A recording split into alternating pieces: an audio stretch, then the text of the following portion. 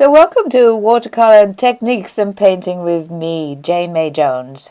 Today we are going to paint this beautiful Bougainvillea.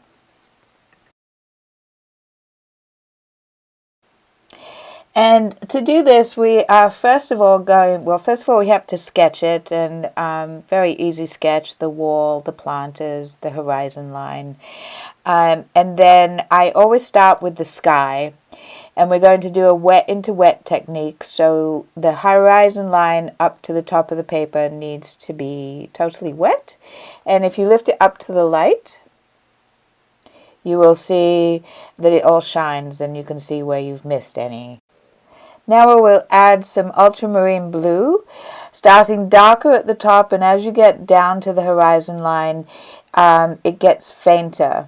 And if you start looking at skies, you will see that. Then I'm going to take some paper towel to dab up the paint around the clouds, and the paper towel will actually make the clouds look more real.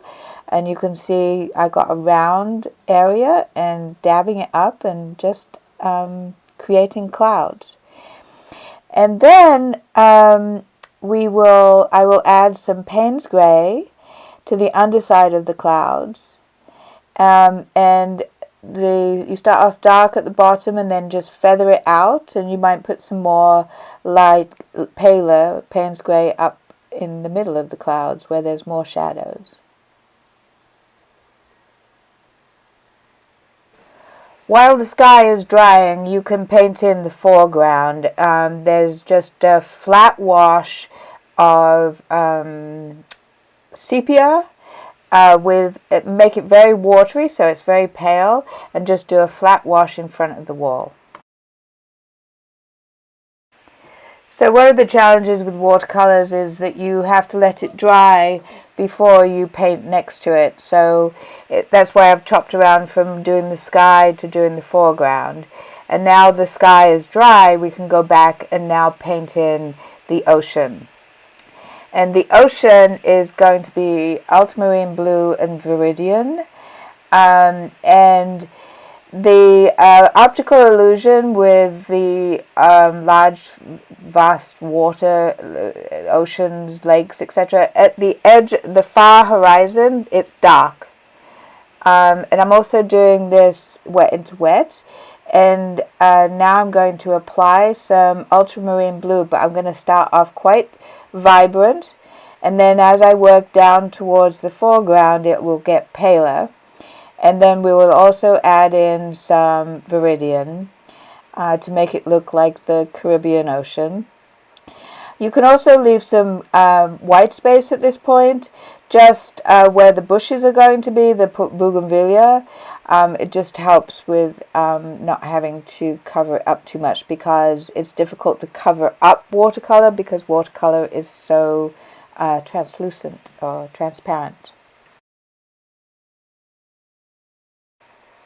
The next step is to start work on the small wall underneath the planters, and this should be painted in burnt sienna, and a flat wash should be put on all sides of the wall, the side, the front, and the top layer, but do them separately.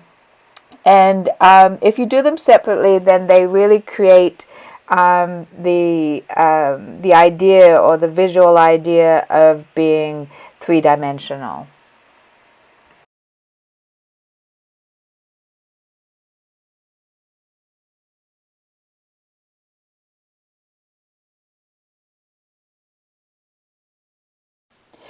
Now we're going to start working on the actual shrubs, the bougainvillea, and I'm using a round brush with Hooker's Green Light and cadmium yellow, and I'm just like dotting in some leaves, or the impression of leaves, and they're kind of wispy plants, so they have all these long sort of branches that come off, and then the sprays of flowers often form on the end of those branches.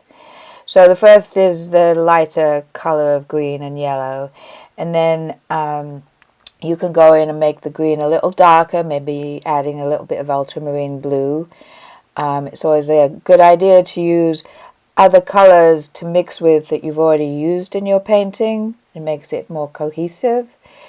And so then the addition of the darker green enables you to add some depth to those shrubs.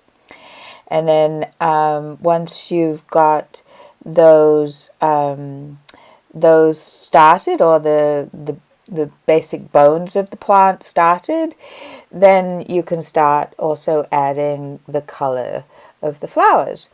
And Bougainvillea come in vibrant pink and vibrant orange and red, and sometimes they intermingle, but mostly those are the colors that you find, and they have a really pretty center. And while that's drying, you can go to finish up the other flat edges or the flat surfaces of the wall beneath the planters. And as you can see, that already looks three-dimensional because you've used perspective and painted each piece of that wall separately.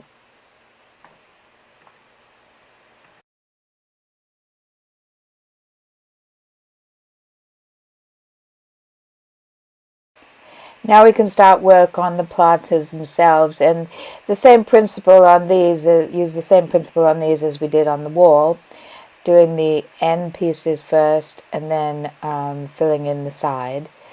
And then eventually we'll put another coat on those to add more depth and shadow to them. And here's where the flowers are coming in. Those are the flowers, and you can see that they get clumped mostly on the edge or the end of each branch. And I like using a rigging brush to do this, and a rigging brush is quite long. It holds a lot of paint, but is really fine and has a fine tip. And then again, this is a dotting technique, almost holding the brush up vertically.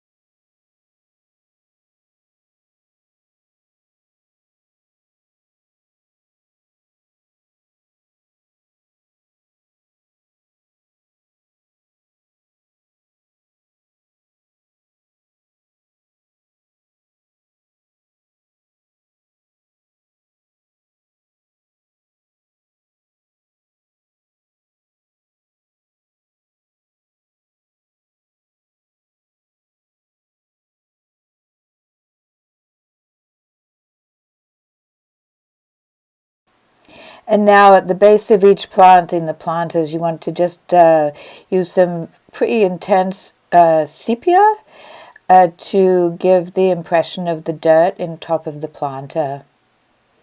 See what it's already coming together. It's already looking quite three-dimensional and very nice.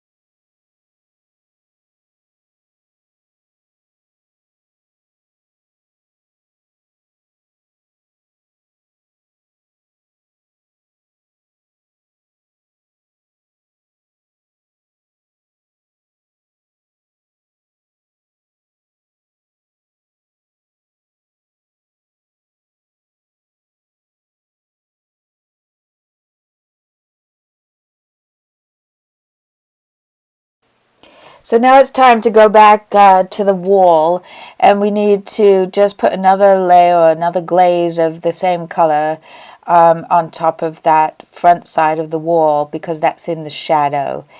And that will even more augment the depth to the painting and the depth to that wall, making it even more three-dimensional.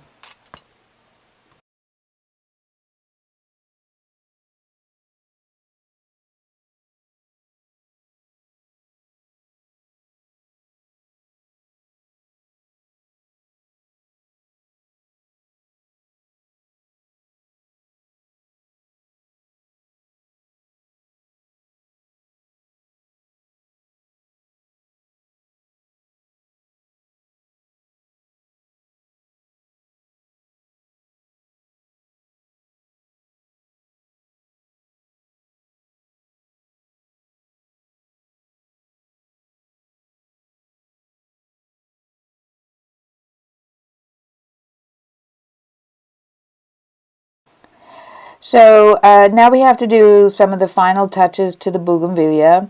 And see those fine lines in the branches? Those are the actual wooden branch of the plant. And I usually put those in at the end with a really fine brush with some intense sepia. And you have to just do it and make sense of what the painting has already done, what you've done in the painting already, if you like. And just sort of join those leaves together and have them run through the branches. And sometimes there's sort of wild branches with nothing on, they're dead, so you can add some just plain branches. But they have to be really fine and thin.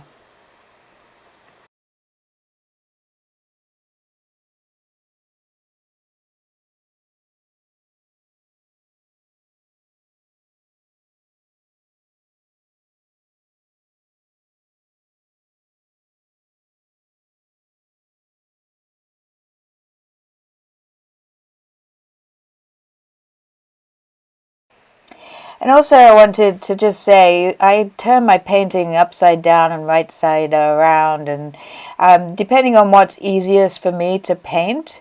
So don't be afraid of moving your painting around, because sometimes it's easier to paint in one direction with it upside down, for example.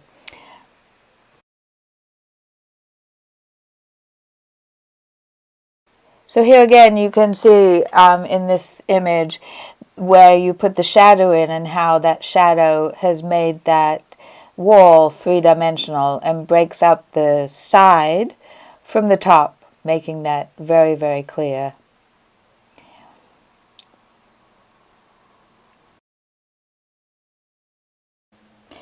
So now we have to add some finishing touches, and this is one of the things in watercolor painting, and any painting actually, that really sets it off, and that's adding in your shadows. So I'm going to use a round brush, and we're going to load it and have enough of sepia mixed, ready to lay it down as the shadow in front of this wall. So first of all you have to paint the sort of shadow of the wall itself. So that will be a rectangular piece that goes right across underneath the wall. And then and you have to try and keep this as even as possible, even in color and texture as possible. And then some people might want to have a ruler to draw a straight line across there to make sure they're getting it straight. And then you paint in the shapes of those planters. And again, trying to make it as flat of a wash as possible. And then dab in some paint that resembles the branches and flowers.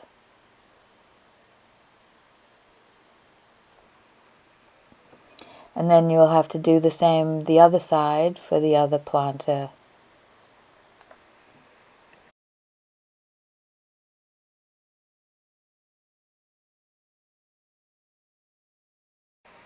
So thank you for joining me today in Watercolor Techniques and Painting with Jane. I really hope you enjoyed this, and if you have any questions about how to paint it, please drop me a line at janemayjones.com. Thanks a lot and have a great day.